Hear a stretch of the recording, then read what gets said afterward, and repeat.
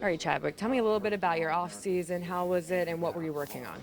Um, it was good. I went back home to Aruba. I stayed there for honestly the whole time.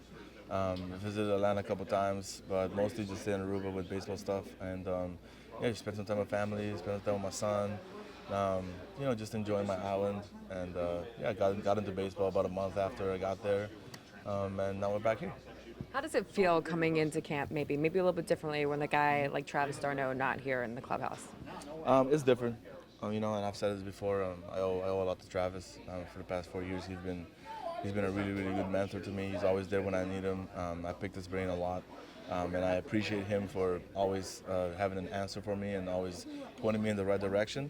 We're gonna miss him, but yeah, like I said, I'm very happy that he's found a home, and I know that he's happy. So yeah, very grateful for him. Does that change kind of maybe a little bit though, like your mindset or goals coming in, knowing that you're pretty much going to be the number two catcher this season? Yeah, it definitely feels different. But to me, I don't think about it that way. I just think about it more like we want to win every game.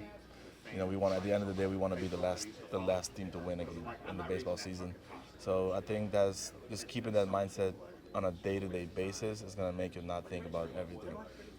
Because at the end of the day, like the thing that I can control is how I go about my day and just the work that I put in and the conversations that I have. Um, and I've always said this before, like the relationship that I've built in this clubhouse with this team, with this coaching staff, I know have put me in a good position to be successful in my career here. When you look back at last season a little bit, where do you think that you can continue to grow going into this season? Um, for me personally, I think last season taught me a lot about who I was, and quite honestly, it gave me a lot of confidence to understand that it's you feel like you have what it takes.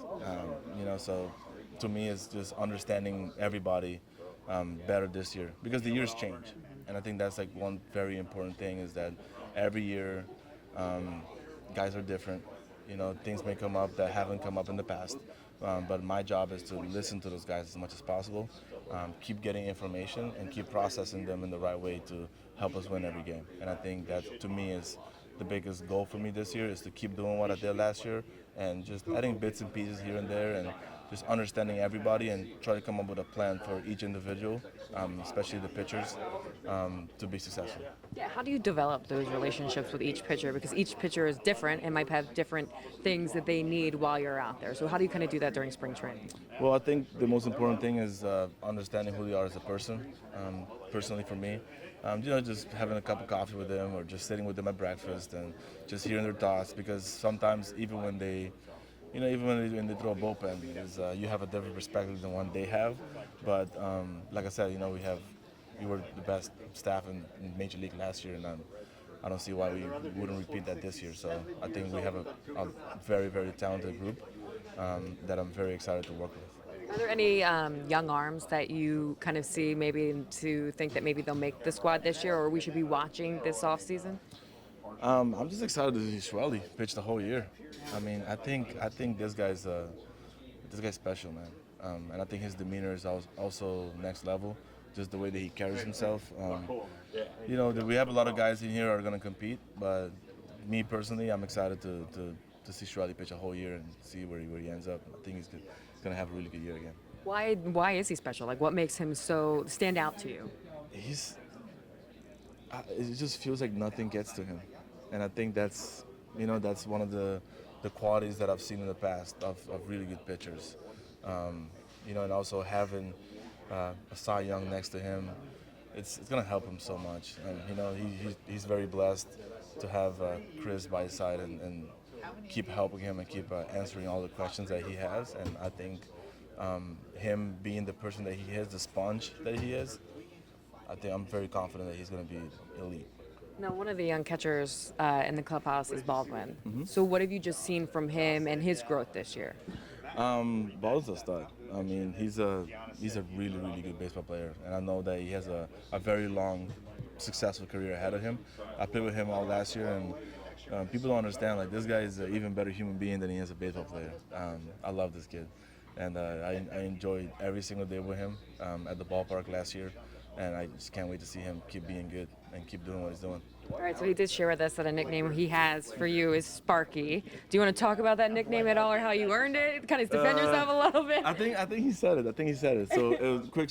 Long story short, in 2023, before I started golf, I picked up what I didn't know at the time. It was a 7-iron. I didn't know what a 7-iron was, but I picked up a 7-iron, and I may or may not have swung the club on concrete. And when I did, I may or may not have chipped the club, and some sparks flew. And till this day, they're not gonna let me live that down. So I think that's here to stay now. So now that the secret's out. I think Sparky's a great nickname, personally. I think it's a fun one. I think the story, I think stories make nicknames. So I think that's like a perfect story. So we'll see where that leads to. You got any nicknames for him? Anything you want to kind of share out there, put out there? We're working on it. Okay. We'll see the spring training. Maybe at the end of the spring, I can come up with something. It's probably not gonna be as good as Sparky. But. Overall, though, the expectations for this team, I mean, do you feel that they're still high, and when healthy, that they can make a run in the playoffs? Yeah, I mean, it's the same every year. The goal is the same. We want everybody to stay healthy and just to keep it simple. We're going to try to win every game. And at the end of the day, we want to win the last game of the year, and that's all that matters. Is there any more pressure when you're catching for a Cy Young winner like Sale, or is it or do you learn something every time you catch from him, or anything like that? Chris Sale makes me love baseball more every day. So to me, it's just having fun. He's amazing, and I enjoy catching him every single time. And it just brings me joy. I don't even think about it. It just brings me a lot of joy to catch him. So I'm looking forward to doing that a lot more this year. And with a new catching coach this year, just kind of does that change the dynamic at all, and how's that been? No, because just having Eddie's been here for a long time. So I don't think anything's changed, and we have Murphy's been doing it also for a long time. So I don't think the dynamic is going to be different. I think it's just going to be the same. We're just going to it's going to have to be without Travis and Sal. What do you look for when Strider is finally fully healthy, and just kind of what have you seen from him so far? This guy, everybody knows this. This guy's very motivated. So I can't wait to see him put that on the map.